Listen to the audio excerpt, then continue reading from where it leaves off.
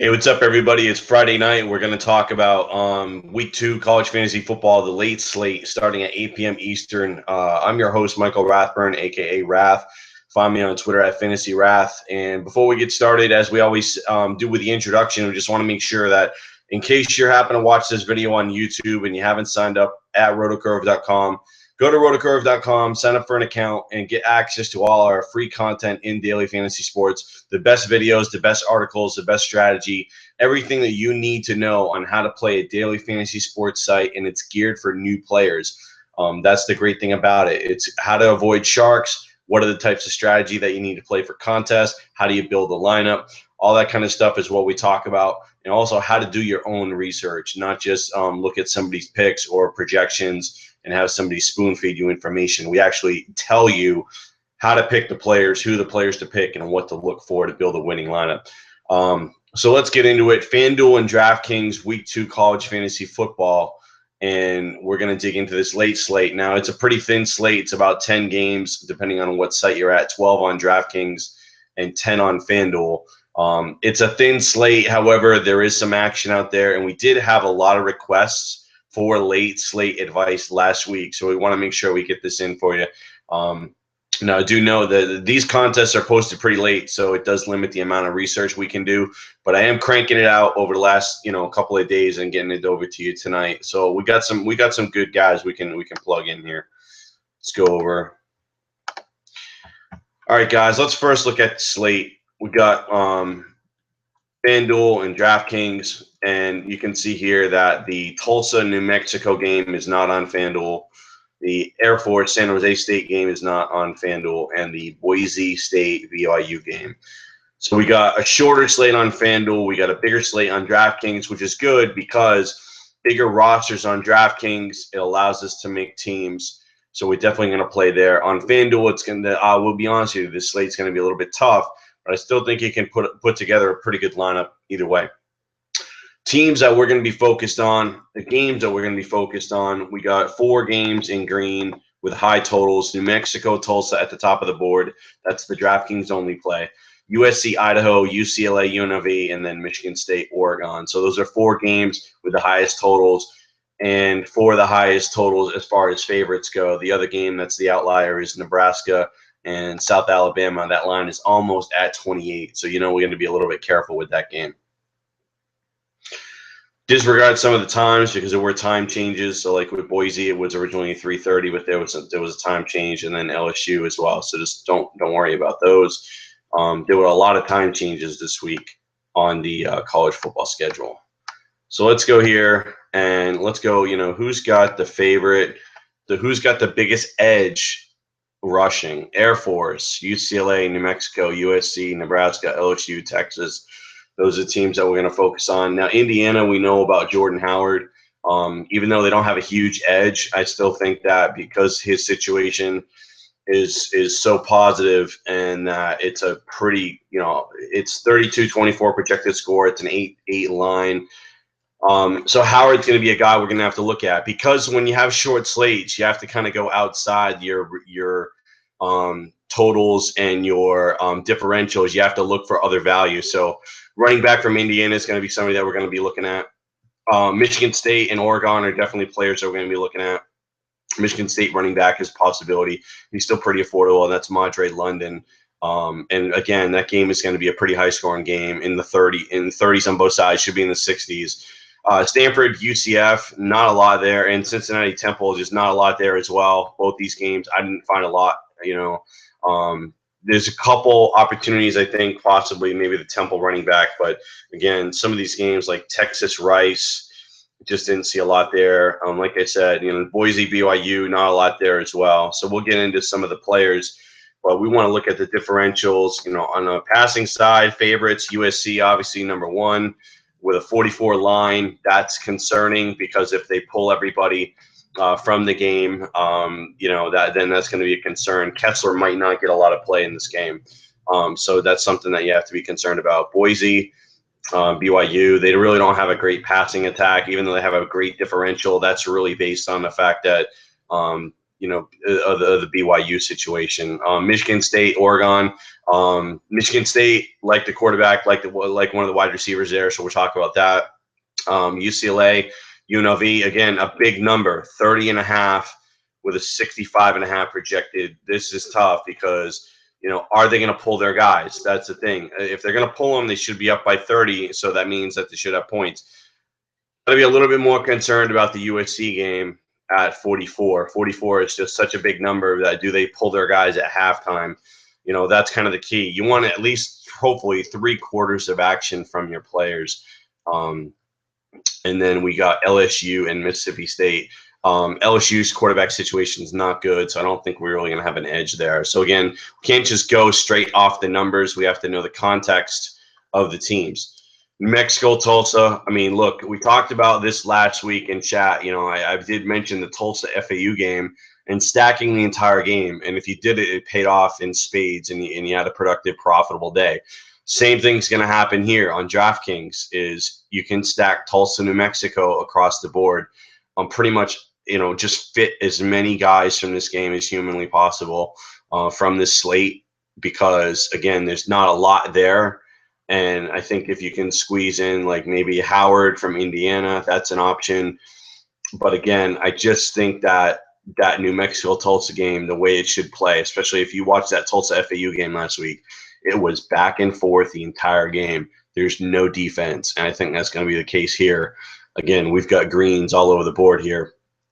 And even though New Mexico has a negative pass differential with a huge run differential, still look at the game and say to myself, I'm going to want to own a piece of everything in this game. So let's take a look at the picks. And we're going to break these out by tiers and by site, and I'll go over each player. So Cody Kessler is the #1 guy at 9,500 on both sites. Now, the thing about it is, he's pretty much a lock for 300 yards and 3 touchdowns. You probably need a little bit more from him at 9,500. The biggest concern that we have is that monster number and the fact that, does he get pulled from the game early? So that would be my concern is that, I still have him here. It's ranked. It's ranked by salary, not by ranking. But he's just a guy that I'm not really in love with. I mean, I like him at 9,500, probably more of a tournament play for me. I'd be a little bit leery about him in cash because I'm just scared about that line. Josh Rosen, 8,000 on FanDuel, much better price there. He is 8,900 on DraftKings. Now, they go on the road here to UNLV. UNLV's defense is not very good, and Rosen put up a monster game last week as a freshman in his first start. So I feel more comfortable with Rosen. The line is about 4 touchdowns, so I don't think they're necessarily going to pull him per se. And then also Connor Cook, and these are FanDuel mostly, also DraftKings, but you see these guys below. So Cook, I really like at home against Oregon. This should be a very high-scoring game. And, Michigan State is a revenge game for them, and they've got this game circled. And Oregon's not as good as they were a year ago. They're still good, but they're not as good as they were a year ago. So you got to like Cook here. Now, here's a game that I love, and this is a DraftKings only play, is the Tulsa, New Mexico. Look, Dane Evans is still sitting there at 7,800. We picked him last week at 6,700. He's up to 7,800. You still got to roll with him. This guy's probably a $9,000 quarterback at this point, priced at $7,800. Lamar Jordan is an absolute steal, and at 5,300 in this game, you have to roll with him, I think, in every single contest. Cash or GPP, Lamar Jordan at 5,300 is just insane. Let's go down to the running backs. And on FanDuel, Royce Freeman on Oregon is a better price. He's actually lower priced on FanDuel than he is on DraftKings. So I like him more there. He got the lion's share of the carries last week.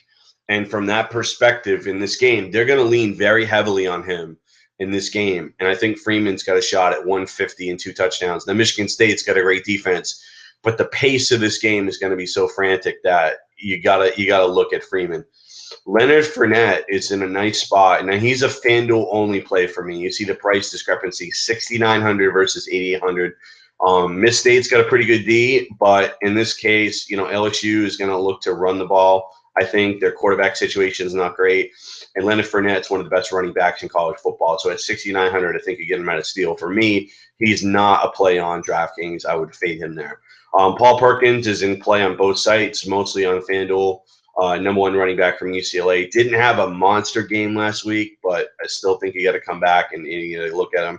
Jordan Howard, the guy I recommended last week from Indiana, and he had a big game, and you got to imagine he's going to have another big game here against FIU at home. Better price on DraftKings at 7,600, but I do like him at 8,400 on FanDuel. Madre London, the freshman running back from from Michigan State. He's 7,900 on FanDuel, so he's 1,000 more on FanDuel. I don't love him as much on FanDuel, but if you got to roll with him, that's fine. Do like him more on DraftKings. Now, Tulsa, New Mexico, we know those are DraftKings only play. Zach Langer is a guy that we talked about last week, had a monster game against FAU, and they call him the War Daddy. If you saw this guy run, man, this guy's a beast. And Presley, the running back from New Mexico, is somebody that you got to look at 5,100 again on DraftKings. DraftKings only play, really we're looking at bargain basement value play here. Tyler Irvin, starting running back from San Jose State against Air Force, I think at 4,900 is somebody you can plug in at the double flex. And Terrell Newby is a DraftKings only play for me because he's so affordable at 4,800. He's a no play at 7,200 on FanDuel, but he is absolutely in play on DraftKings at 4,800, starting running back from Nebraska going against South Alabama. Tight end, I got one guy for you. Deion Watson, 2,500, Idaho. Now, here's the situation with Deion Watson. Desmond Epps, the wide receiver from Idaho, has been suspended from the team again. This is a guy that we talked about last week, and he had a monster game. What happened was he got busted for shoplifting. The video came out. He's been kicked off the team. And they don't really have another wide receiver from what I looked at. The other guy that they have didn't really put up a big game week one. Watson actually had a pretty good game week one, and at $2,500, I'm taking a flyer on him on FanDuel. So he's the tight end that I'm going to roll with. Let's look at the wide receivers. It's unfortunate that we don't get that Tulsa, New Mexico game on FanDuel, but it is what it is. So we don't get Kevon Lewis and we don't get Kearis Garrett, but we do get them on DraftKings, so we absolutely have to play them there. Juju Smith-Schuster, USC, big-time wide receiver. 8,400 on FanDuel, but 7,000 on DraftKings, so you got to like him more over there. I still like him in a tournament with Kessler, but again, that's more of a high-risk play for me, and it's something I'm only playing in a big field tournament. Got to love Devontae Boyd on FanDuel at 5,000. That's an absolute steal. That's a cash game play for me because that's going to open up money that you can spend at quarterback and running back. He's 6,600 on DraftKings. I think that's still a pretty good price. He's a good player, and they're going to have to throw. They're going to be behind, and he's their number one guy. He had a big game last week, but I like him more on FanDuel. Got to love that price. Garrett, great price on DraftKings. Tyler Winston, wide receiver from San Jose State, again, getting a piece of the San Jose. Probably not going to be that heavily owned, and you get him in there. Probably a good tournament play. Won't be, maybe not a lot of guys are going to be on him. Cash game play for me here, Jordan Payton, 7,200 on FanDuel, 5,600 on DraftKings, number one wide receiver for UCLA, and they should be throwing the ball early and often in that game. Another cash game wide receiver I like, especially over on DraftKings. Aaron Burbidge is the number one wide receiver right now for Michigan State. 6,800 on FanDuel, 5K on DraftKings. That should be a high-scoring game. And then the number two wide receiver on USC, Stephen Mitchell. He's 5K on FanDuel, 4,100 on DraftKings. And that's who I like over there. That's going to be the week 2 college fantasy football, the late slate, the 8 p.m. Eastern time slate that we're going to be talking about this week for FanDuel and DraftKings. Hope you guys enjoy the video. Thanks again for joining us here, again, at rotocurve.com. If you have not signed up at rotocurve.com, go over there, sign up for a free account. All of our content's free. We have a ton of videos from Jake Brown, from Benny Ricciardi, from Josh Kalachi, and myself. And we teach you how to play daily fantasy sports. We go from A to Z. And all I can tell you is it's a lot of fun teaching you guys how to win at daily fantasy sports. We hope you check us out soon. Thanks again.